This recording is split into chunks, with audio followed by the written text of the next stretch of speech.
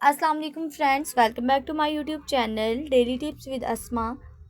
आज की इस वीडियो में हम आपको बताएंगे मिनाल नाम के बारे में अनोखी और दिलचस्प मालूमात।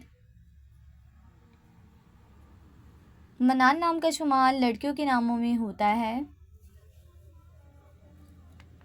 मनाल एक इस्लामी नाम है। मनाल नाम की इब्तदाई तारीख हिंदी ज़ुबान से निकलती है। मनाल नाम की लड़कियों के लिए खुशकिस्मत नंबर 8 माना जाता है। माहिरीन के मुताबिक मनाल नाम की लड़कियां बहुत बातूनी होती हैं। मनाल नाम का मतलब है कामयाबी पाने वाली। मनाल नाम की लड़कियों के लिए खुशकिस्मत दिनों में एतवार और मंगल का दिन शामिल है।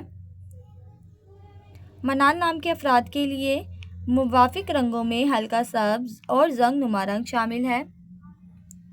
मनाल नाम के अफराद के लिए मुवाफिक पत्थरों में पुखराज पत्थर शामिल है।